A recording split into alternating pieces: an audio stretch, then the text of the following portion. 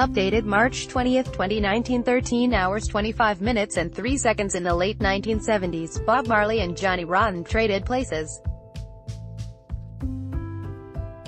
The Sex Pistols rocker went to Jamaica to sign reggae artists for Richard Branson's record label. Marley went to London and hung out on the vibrant King's Road in Chelsea, joining forces with punk rockers. He even wrote a song about the movement, name-checking bands from punk rock venue The Roxy, The Damned, The Jam and The Clash. The unique cultural exchange was a reflection of a broader friendship between like-minded rebels, Rastas and punks. That gave rise to new sound, the soundtrack to our lives. Before reggae, there was ska music. Ska was the soundtrack to a newly independent Jamaica, which broke free from British colonial rule in 1962. It evolved into a more danceable tempo known as rocksteady, with a vocal style heavily influenced by American soul singers like Curtis Mayfield. This in turn laid the foundation for Jamaica's most famous export, reggae. In 1948, Jamaicans began to leave the island in the sun, on the Empire Windrush for the mother country, attracted by the promise of better work prospects. They took their music with them. In 1968, the Trojan record label was established in Britain to service the growing demand for the sound. By then it was the soundtrack to our lives, says Chris Lane, who co-founded London's Dub Vendor record stores and the UK label Fashion Records. You heard it in the youth clubs, kids at school were buying reggae. It was everywhere, and where I lived wasn't a black area at all. Lane was also an original skinhead, and they were among the first white people in Britain to embrace Jamaican music. There were two sides to the skinhead look, he says. There was a rough look where you'd wear jeans and boots and braces, and a smart look with a nice tonic suit with a nice shirt and tie. The rough skinhead look was later hijacked by far-right groups with links to neo-Nazism and the British National Front. But Jamaicans, like reggae pioneer Stranger Cole, remember skinheads as the genre's first international fans. We thought of them as white people with black skin, he says. We thought of them as musical people. All of the skinheads are my friends because they love ska music, and they are my first fans, an unlikely match. The late 1970s, a new subculture was forming in London, punk rock, the outlet for Britain's disaffected white youth. The headquarters for the movement was a gritty underground nightclub in Covent Garden called The Roxy.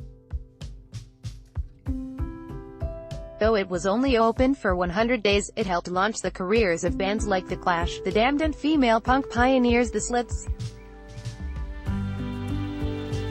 The man at the center was English-Jamaican, Rebel Dread, Don Letts, who became the venue's resident DJ. This is so early in the scene that there were no punk records to play, so I played hardcore dub reggae, he says, and lucky for me, the punks kind of dug it too.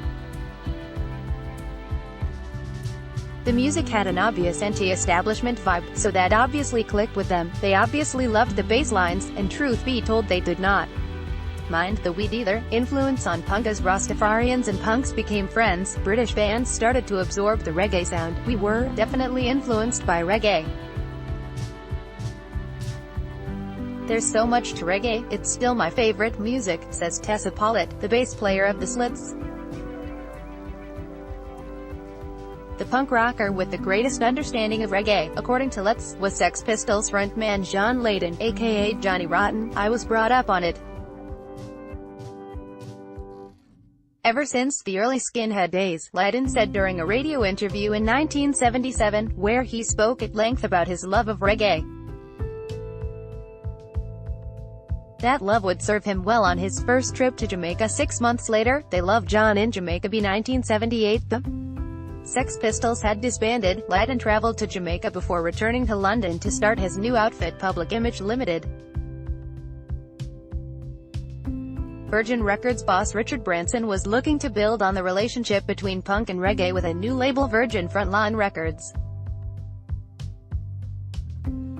He invited Lydon over to Jamaica to help sign artists into the label. They loved John in Jamaica, recalls Letts, who also went along for the ride. The thing is, Jamaicans love a bad man.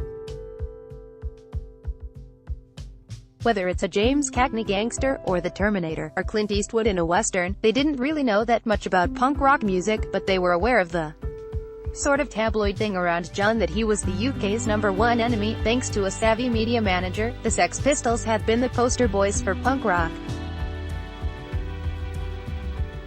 They lived up to their image by swearing on daytime television, vomiting on stage, and satirizing the Queen's 1977 Jubilee with the release of God Save the Queen. They were even banned from a number of venues on their UK tour in 1977, ensuring Lydon's reputation as the bad boy of rock preceded his arrival in Jamaica.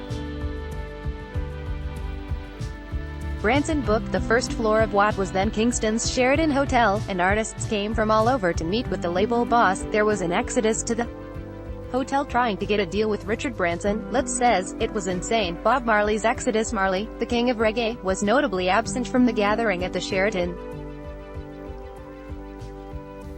In the 70s, political violence divided Kingston. Guns were supplied to the downtown ghettos in exchange for their political loyalty to either of the two main political parties. In 1976, following an assassination attempt, Marley fled to the safety of London.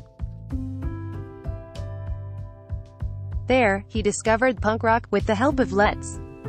Letts explained to Marley there was more to punk rock than the negative portrayal of the scene in the tabloids. "You're wrong about this, there's something going on. They, punks, are like-minded rebels." Marley became more informed about the punk rock scene, and was inspired to write the song Punky Reggae Party. Its lyrics reference bands from the Roxy, The Wailers Will Be There, The Damned, The Jam, The Clash. In an unreleased version he also mentioned the Slits, but later removed the lyric. "Now I wonder why that was," laughs bass player Paulette. "Is it because we were female?" Letts agrees, the Slits were like these fearsome Amazonian women who took no shit from nobody, and men could not deal with it.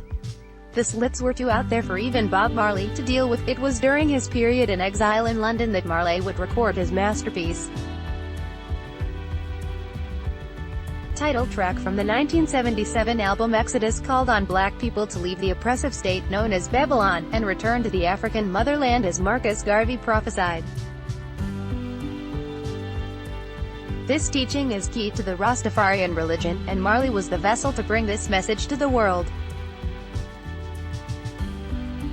Marley would also record his next album, Kaya, in London, releasing it prior to his triumphant return to Jamaica, where he united the leaders of the two warring political parties on stage in front of 32,000 people at the One Love Peace concert in 1978. Hip to the sound, many people claim Letts started the Punky Reggae Party, but in his view it's only partially true. The skinhead movement introduced Jamaican music to punk icons like Lydon and the Clash's Joe Strummer long before the Roxy opened its doors. The kids that I actually turned on to reggae in the late 70s were those that did not live next door to black people or have any interaction with black people, Letts says, and back in the mid to late 70s, that was a lot of gang people, every person who came out of the suburbs to the Roxy, and there was a lot of them. They'd never heard reggae before and they're the ones I hip to the sound, but as far claiming responsibility for turning a generation of punks onto reggae, nah. It ain't quite like that. It never is it? Rick Howe is the host of reggae program Rhythm Yard on Melbourne's PBS FM. Topics: music, punk, reggae, community and society, history, United Kingdom, Jamaica, England. First posted March 20, 2019. 8 hours 30 minutes and 0 seconds.